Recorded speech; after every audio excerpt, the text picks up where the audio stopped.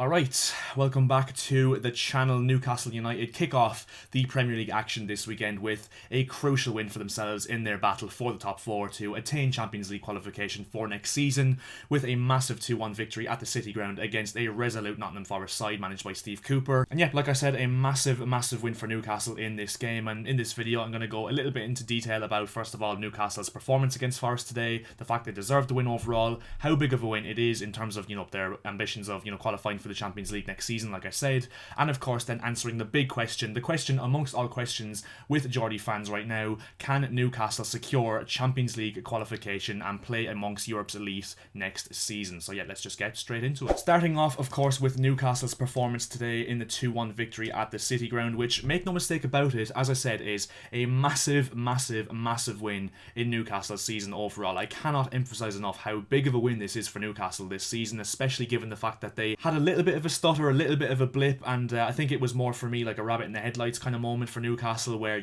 for a few weeks straight they were drawing one all a lot, losing a few games, struggling to break teams down and find that little bit of an edge late on in games to win them games. And last weekend they put it to an end with a 2-1 victory against Wolves. Obviously, the heartbreak of the Carabao Cup final before that Wolves game as well, which could have played an impact, and Eddie Howe said could have derailed their season, but it seems to have actually galvanised them a little bit. And like I said, with that win against Wolves last weekend, which was a good start point for the run, and then today was a massive win, especially given the circumstances they won it in, winning it late, which will give them a lot of belief in this top four race. And yeah, I think they thoroughly deserved it. 2.42 expected goals to Nottingham Forest's 0.38. They had 61% of the ball compared to Forest's 39%, 15 shots to 5, 4 shots to 3, big chances 3-1 to Newcastle. So yeah, I think their performance, even on the eye test, you don't need the stats to show that. I think Newcastle did deserve the win. I think they played really well, and down to mainly one man, Alexander Isak, who looks like an absolutely world-class signing for Newcastle, a brilliant piece of business. I know he cost them upwards of £60 million, and he is their record transfer, but you know what, I'll let Newcastle off the hook, because how many years was Michael Owen their record transfer from 2005 when he signed from Real Madrid, and it was only beaten over a year ago for Bruno Guimaraes from Lyon. So I think Newcastle are allowed to spend a little bit of money right now, especially given the fact they've got it up to their eyeballs really, in terms of how wealthy their owners are and how much they're going to spend over the years. And to be fair to them, they haven't actually spent that much money so far. They've been shrewd in the transfer market, bringing in Nick Pope for, I think it was £8 million, Kieran Trippier was around £15 million, obviously Bruno Guimaraes for 40, Sven Botman for 30, 35, and Alexander Isak, of course, I think cost them, I think it was £62 million, I want to say, or in and around that anyway. Newcastle fans, correct me on that one if I'm wrong, but he does look like an absolutely brilliant signing, just in terms of the class of the player overall, how young he is. I think he's only 22, 23 with a lot of potential to improve already. He's really impressed me during his time at Newcastle so far, and especially tonight as well, was the match winner with those 2 goals, and from the penalty spot, a cool moment, and even getting the assist as well for that contentious disallowed goal from Elliot Anderson, where he showed quick feet, directness, and a great ball into the back post for Anderson to attack. And yeah, he's just the absolute epitome of everything that Eddie Howe could ask for in a striker really, in terms of the fact his link-up play is absolutely top class. He's able to play as a focal point and comfortable in doing so, comfortable in playing with his back to goal, obviously has a goal or two in him as well, presses for the team, runs his socks off for the team. I just think he's an absolute dream for Eddie Howe in this system, and he definitely will be, as long as Eddie Howe's there, and managers after Eddie Howe as well. I think he will be a vitally important player for Newcastle going forward. And then look, some other players that I don't really need to talk about, to be fair, because you all know their class at this stage, but I just want to. Bruno Guimaraes, what an absolute baller this guy is, in terms of the fact that he's playing as a 6, right, but he's also playing as an 8, and he's also playing as a 10, all into one. And I've never seen a player do it until Bruno Guimaraes has done it for Newcastle this season in the Premier League, and of course the second half of last season when he joined from Lyon. And to be honest, I was gutted at the time when Chelsea didn't sign this guy, because I just think that he's absolutely insane, Bruno Guimaraes, and definitely will be one of the key players when Newcastle do eventually probably win their first Premier League title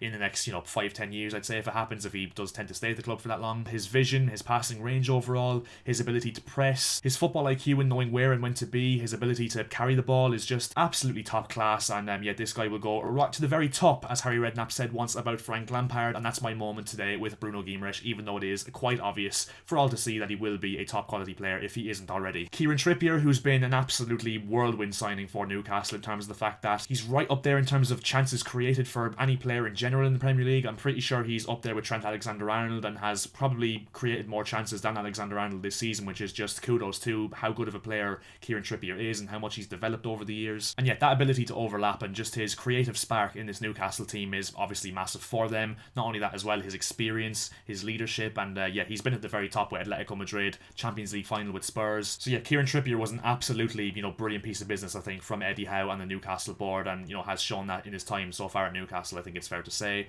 Nick Pope as well, brilliant signing, £8 million.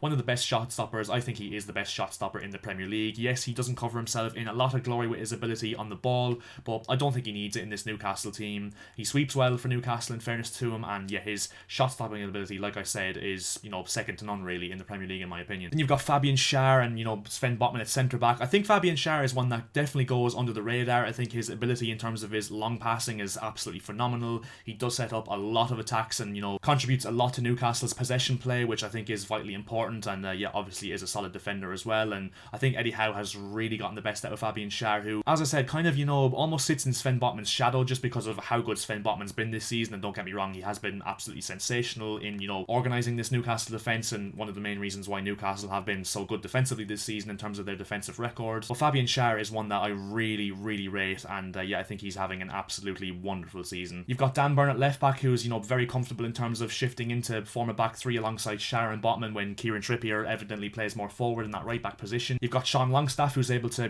cover for Bruno Guimaraes when he does decide to be adventurous and dart up the pitch, and also adds a lot of energy and pressing ability to this Newcastle midfield as well. And then you've got another player who has obviously been massively rejuvenated during his time under Eddie Howe, Joe Linton, who offers you a lot in terms of his ability to carry the ball forward and drive from midfield, and also in his pressing ability as well. You've got Joe Willock, who obviously is very good in terms of carrying the ball. His pressing ability adds energy to this team. And of course you've got Miguel Almiron, who has been an absolutely sensational turnaround this season in this Newcastle team, and kudos to Eddie Howe for getting it out of him really, because he's obviously inherited a lot of confidence this season, and yeah, is having the season of his life. And obviously last weekend got a crucial late goal against Wolves to win them 3 points last weekend. And yeah, in terms of his dribbling ability, his energy he shows off the ball, he is just a dream once again for Eddie Howe, and yeah, is reaping the benefits of Eddie Howe's trust in him this season. So yeah, Newcastle in their very aggressive, pressing, high octane passing football is yeah, it's a joy to watch this season, to be fair. Maybe not so much in recent weeks where, like I said, they've struggled to break teams down at certain points, but for the majority of the season they've been absolutely top class, and I'd love to see him get into the Champions League, even though I don't think it would be a monumental blow if they don't, because they will be in the Champions League in the next 3 years, maybe even less, let's be really honest here. But yeah, in terms of whether I think they will get there is another story. To be honest, I think the top 4 race is really one that's, it's difficult for me to decide who's actually going to qualify for the Champions League, because I think it's fair to say Arsenal are there, Man City are there, I think Man United will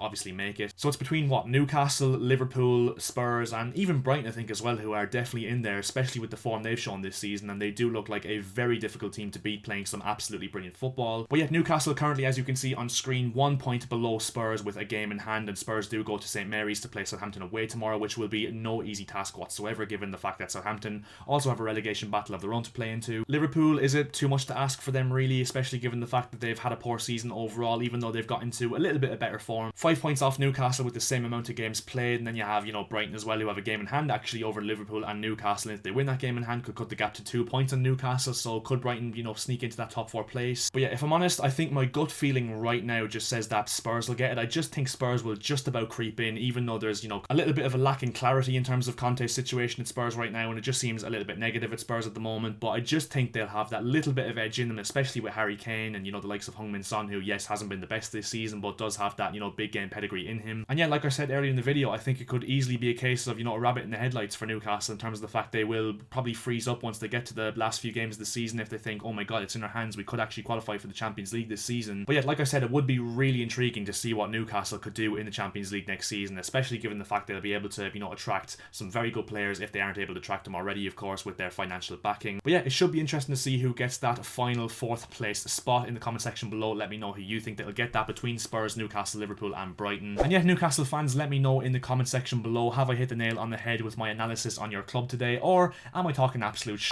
Let me know, because I'm sure that, yeah, you guys will know your club a lot more than I ever will. And yeah, leave a like on the video if you did enjoy it, would be massively, massively appreciated. And also if you could subscribe to the channel as well, that would also be hugely appreciated as well. We are looking to hit 2,000 subscribers on this channel as soon as we possibly can, and we're so close now, so every single one of you that hits that subscribe button would be an absolute legend in helping me get there as soon as possible. And yeah, I'll see you guys in my next video. Subscribe for more, and yeah, I'll chat to you later.